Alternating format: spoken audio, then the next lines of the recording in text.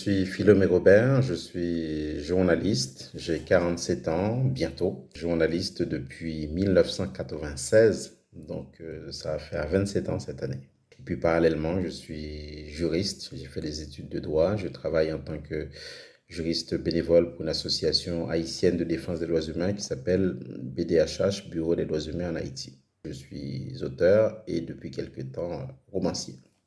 Sur mon métier en tant que journaliste, je dirais que c'est un honneur de pouvoir exercer ce travail-là qui consiste à quoi? À dire le monde, raconter nos environnements de manière générale.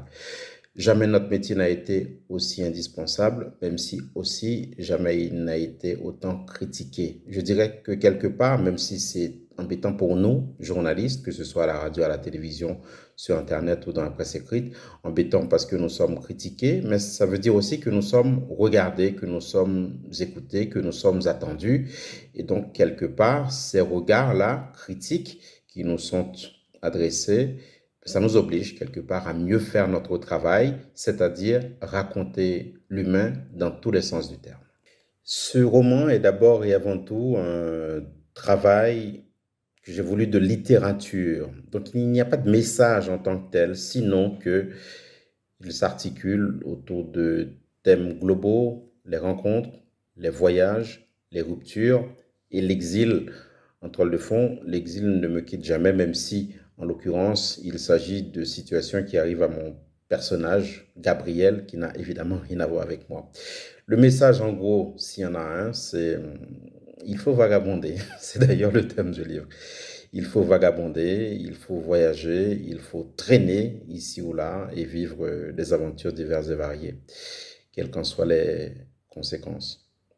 La situation qui m'a poussé à quitter Haïti il y a 20 ans n'a pas fondamentalement changé, je dirais même qu'elle a empiré parce qu'aujourd'hui, les confrères en Haïti sont sous la menace notamment de kidnapping contre rançon et ces exactions sont de plus en plus répandues. Donc les journalistes font ce qu'ils peuvent, mais quelque part, par bien des côtés, le métier s'est dévoyé de telle sorte que aujourd'hui, des commentateurs, quelque part, des agitateurs se confondent avec les journalistes, les vrais.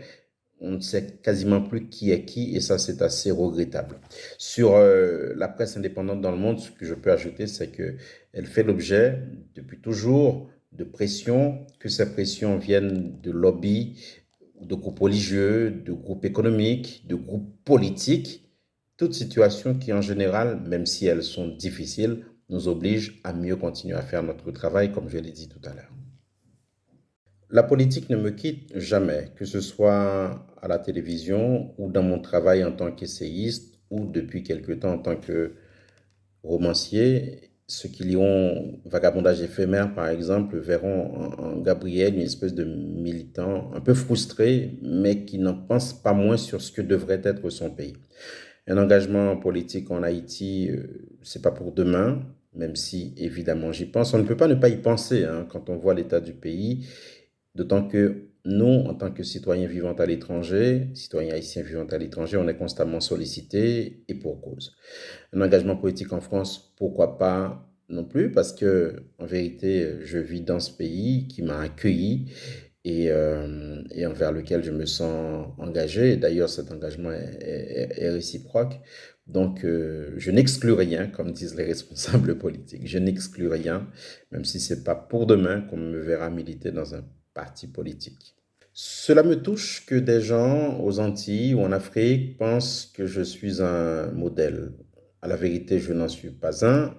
Je fais quand même de mon mieux pour faire mon travail. Ça me touche quand même que je sois perçu en tant que tel. Quel message? Travailler et puis aussi vivre ces différences dans tous les sens du terme, sans compromis et tout le temps et partout.